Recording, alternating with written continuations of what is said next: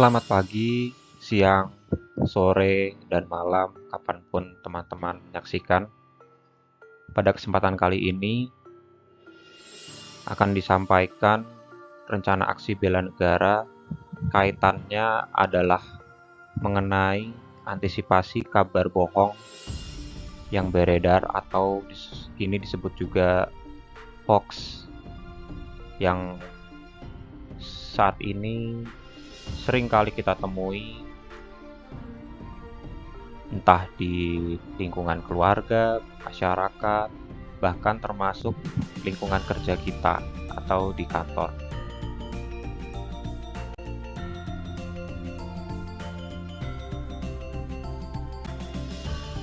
Kita perlu mengetahui apa maksud dari Aksi Nasional Bela Negara. Aksi Nasional Bela Negara dapat diartikan sebagai sinergi warga negara untuk mengatasi segala macam ancaman, gangguan, hambatan, dan tantangan dengan berlandaskan pada nilai-nilai luhur bangsa untuk mewujudkan negara yang berdaulat, adil, dan makmur. Kemudian, sesuai dengan Inpres nomor 7 tahun 2018 tentang Rencana Aksi Nasional Bela Negara, maka perlunya setiap kementerian atau lembaga serta Pemda untuk melaksanakan program-program aksi nasional bela negara yang aplikatif sesuai dengan spesifikasi, tugas, dan fungsinya masing-masing, dan juga melibatkan komponen masyarakat. Untuk itu, aksi bela negara ini juga mesti dilaksanakan oleh PNS di setiap satuan kerjanya masing-masing, termasuk para pegawai negeri sipil, Kementerian Agraria dan Tata Ruang, Badan Pertanahan Nasional Republik Indonesia.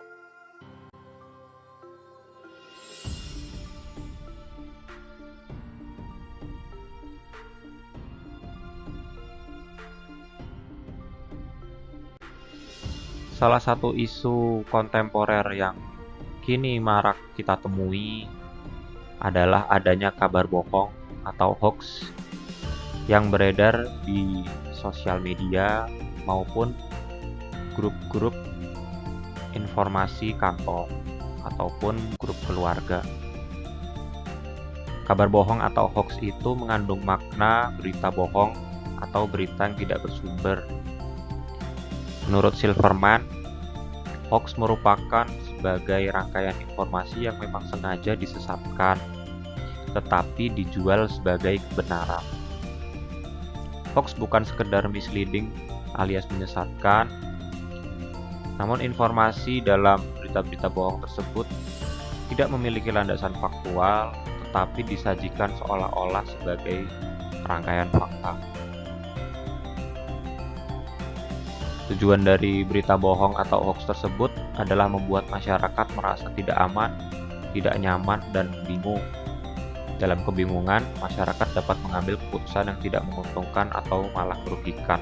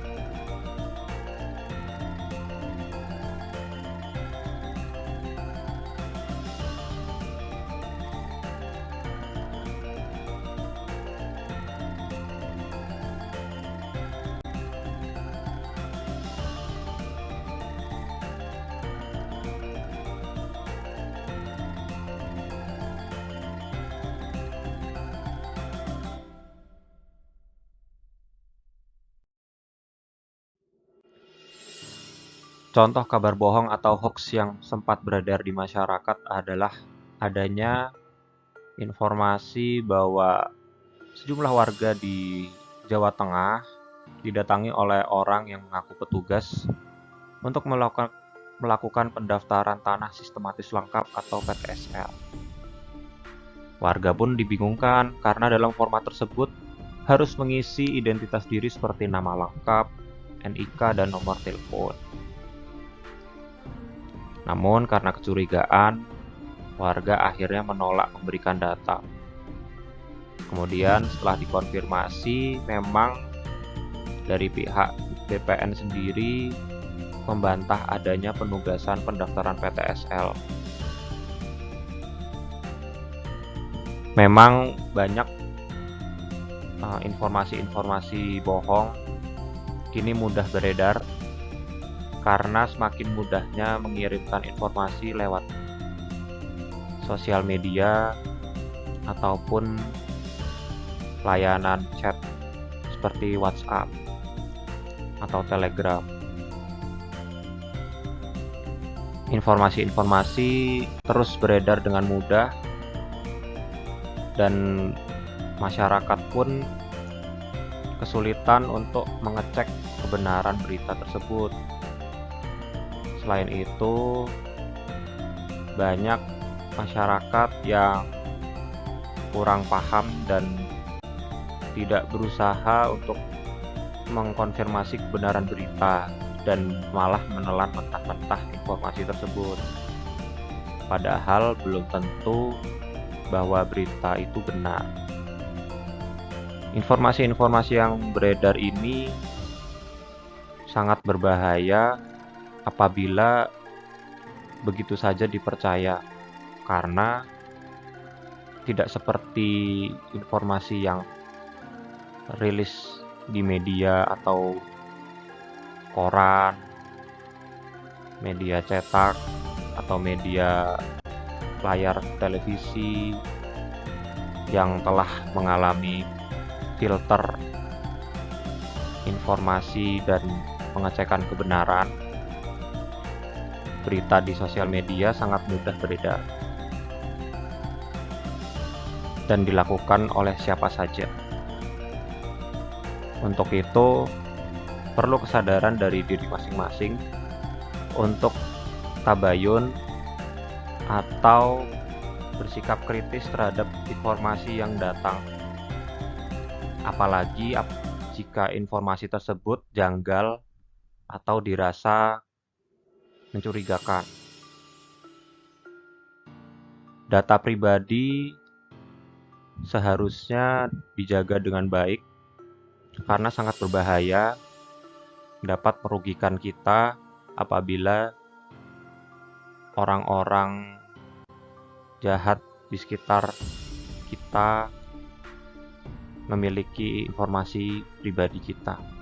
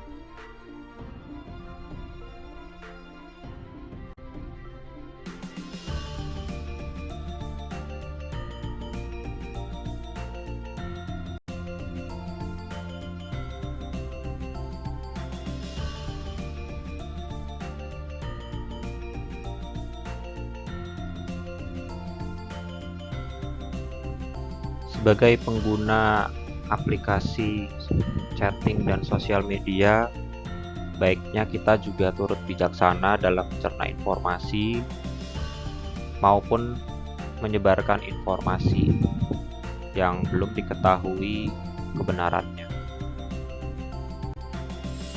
Karena kini telah ada Undang-Undang Informasi dan Transaksi Elektronik atau UU ITE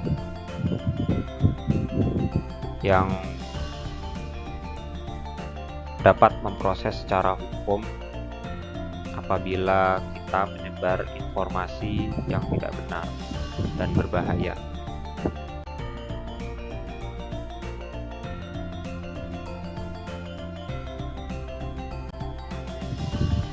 Adapun yang dapat dilakukan sebagai PNS ATR BPN adalah terus meluruskan informasi-informasi yang beredar terkait dengan pembuatan sertifikat tanah dan sebagainya yang menjadi wewenang BPN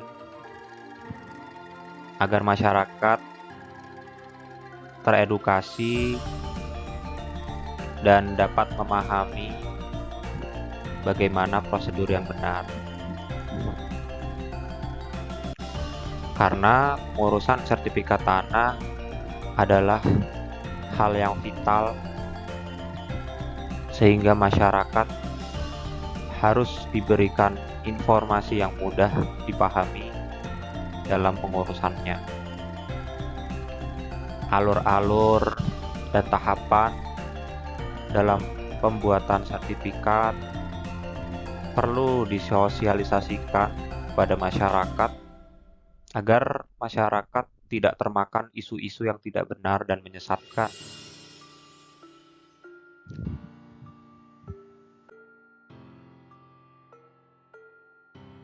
Sebagai pengguna aplikasi adapun yang dapat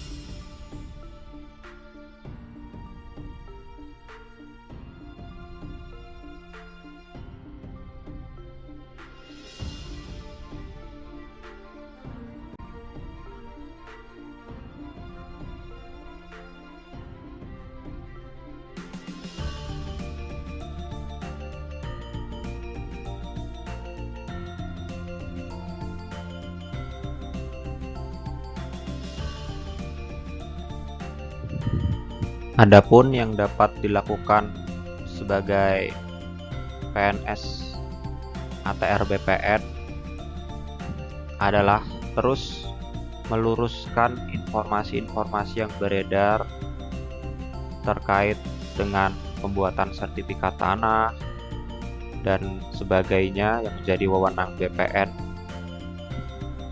agar masyarakat teredukasi dan dapat memahami bagaimana prosedur yang benar. Karena urusan sertifikat tanah adalah hal yang vital sehingga masyarakat harus diberikan informasi yang mudah dipahami dalam pengurusannya. Alur-alur dan tahapan dalam pembuatan sertifikat perlu disosialisasikan kepada masyarakat agar masyarakat tidak termakan isu-isu yang tidak benar dan menyesatkan.